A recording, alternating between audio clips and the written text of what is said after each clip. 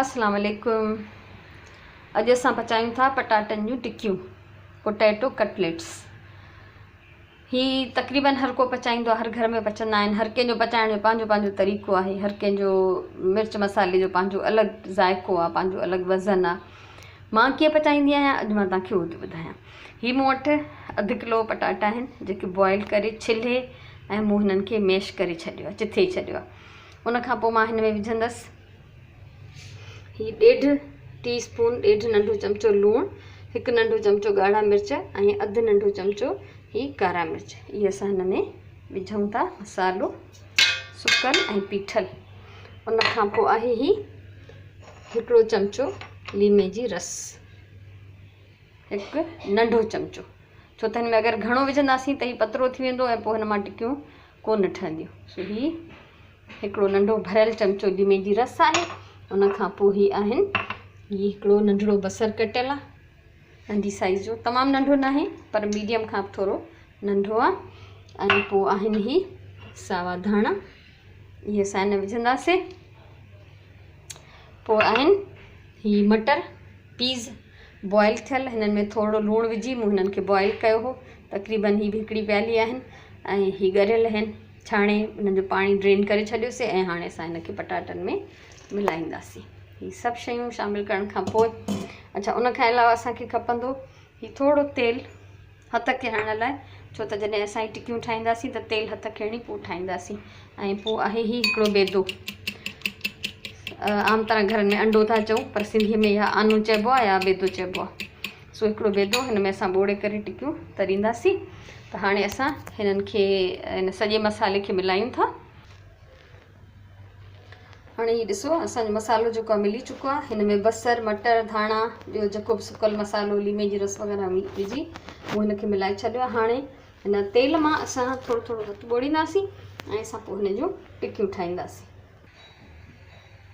हाणे ही टिक्कियूं मूं ठाहे छॾियूं आहिनि जेके हिक जेतिरी साइज़ जूं आहिनि। कोशिशि कयो त घटि वधि न थियनि। ऐं मटर अगरि ठाहिण महिल हिननि मां किरनि त तव्हां उन्हनि खे वापसि हुन में विच में पटाटनि जे मसाले में फिक्स करे सघो था।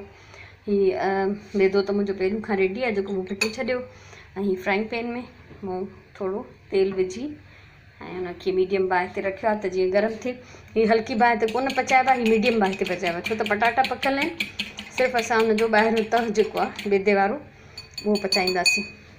ऐं कॾहिं बि हिननि में तमामु घणो तेल न विझो, छो त घणो तेल विझण सां ही फाटी पवंदा आहिनि ऐं पोइ सॼो मसालो जेको आहे उहो तेल में फैलिजी वेंदो। तंहिंजे करे हिकु त फ्राइंग पैन या तओ जंहिं ते बि तव्हां पचायो उहो तेज़ गरम हुजे ऐं उन में हल्को तेल हुजे।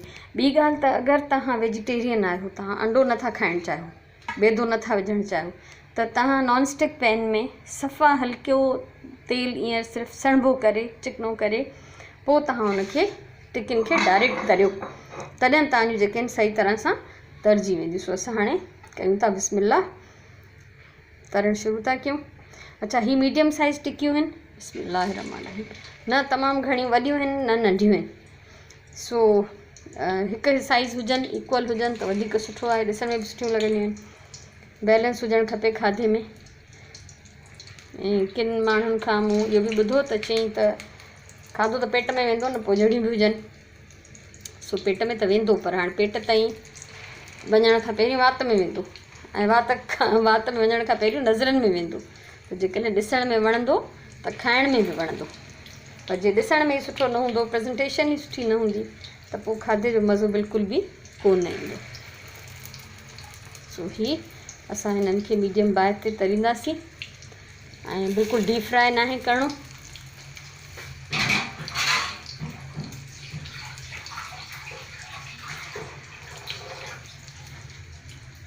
हाणे पचंदा रहंदा। जेकॾहिं को बि सुवालु हुजेव, तव्हांखे कुझु पुछिणो हुजे त तव्हां कमेंट करे सघो था, कमेंट में पुछी सघो था। ऐं का सलाह ॾियणी हुजे, का राय हुजे त तव्हां बिल्कुलु कमेंट कयो, मां तव्हांखे ज़रूरु जवाबु ॾींदसि। ऐं जेकॾहिं तव्हांखे मुंहिंजूं वीडियोज़, मुंहिंजूं रेसिपीज़ वणंदियूं हुजनि त तव्हां लाइक कयो, वीडियोज़ शेयर कयो ऐं मुंहिंजो चैनल सब्सक्राइब कयो। मुस्तक़बिल में अगरि ज़िंदगीअ मोहलत ॾिनी त मां अञा घणो कुझु तव्हां सां शेयर कंदमि। तंहिंजे करे चैनल अगरि तव्हांजो सब्सक्राइब थियल हूंदो त मुंहिंजी वीडियोस तव्हां ताईं पाणे पहुची वेंदी। सो हाणे हिननि खे असां पचायूं था मीडियम बाहि ते। हिकिड़ो साइड पची वेंदो त पोइ असां हिननि खे उथलाईंदासीं। हाणे हीउ हिकिड़ो पासो असांजो पची वियो आहे हिननि जो, असां हिननि खे उथलायूं था। बिस्मिल्लाहिर्रहमानिर्रहीम। ॾिसो तव्हां, उथलाइण महिल इहो ख़्यालु रखिजो, हीअ छंडा ॾाढा ख़तरनाक हूंदा आहिनि। अगरि असांजे मथां पइजी वञनि, लॻी वञनि त ॾाढी तकलीफ़ ॾींदा आहिनि।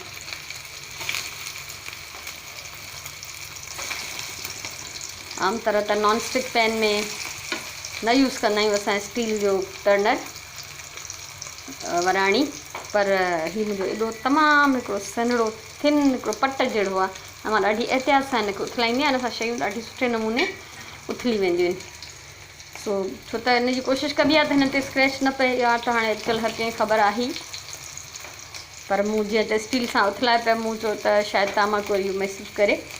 सो हाणे हीउ जीअं हिननि जो ॿियो पासो पची वेंदो त मां हिननि खे कढंदसि ऐं वरी हिन में बाक़ी बचियल जेके अञा हेॾा आहिनि कटलेट्स उहे विझंदमि।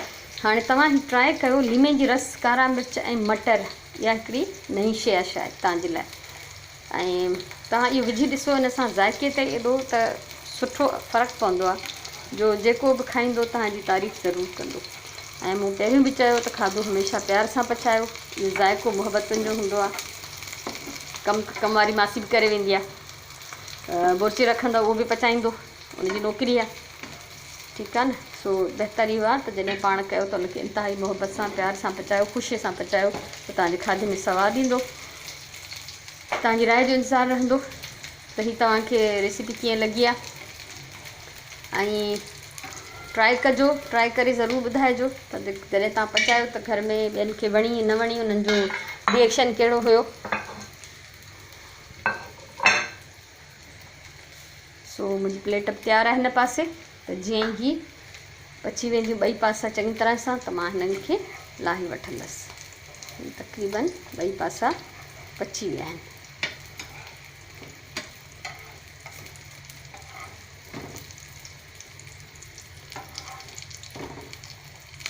ऐं एतिरो घणो न पचाइजो जो हीअ सड़ी वञनि, बिल्कुलु गोल्डन ब्राउन थियणु खपनि, हीअ डार्क ब्राउन न थियणु खपनि। सो हिननि खे असां हाणे कढूं था, तयारु आहिनि खाइण जे लाइ बिल्कुलु।